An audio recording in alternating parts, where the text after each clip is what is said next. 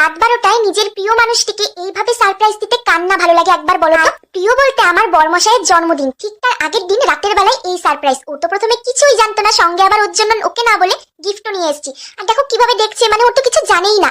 তো সবাইকে আমার ব্লগে অনেক অনেক ওয়েলকাম। হে এভরিওয়ান, কেমন আছো তোমরা সবাই? দেখো আজকে সকাল থেকে তোমাদের সাথে আমি ব্লগটা শেয়ার করছি। ওর জন্মদিন বলে কথা, আর কিছু আয়োজন করবো না তা কখনো হতে পারে? দেখো ও যা যা খেতে ভালোবাসে সবটা।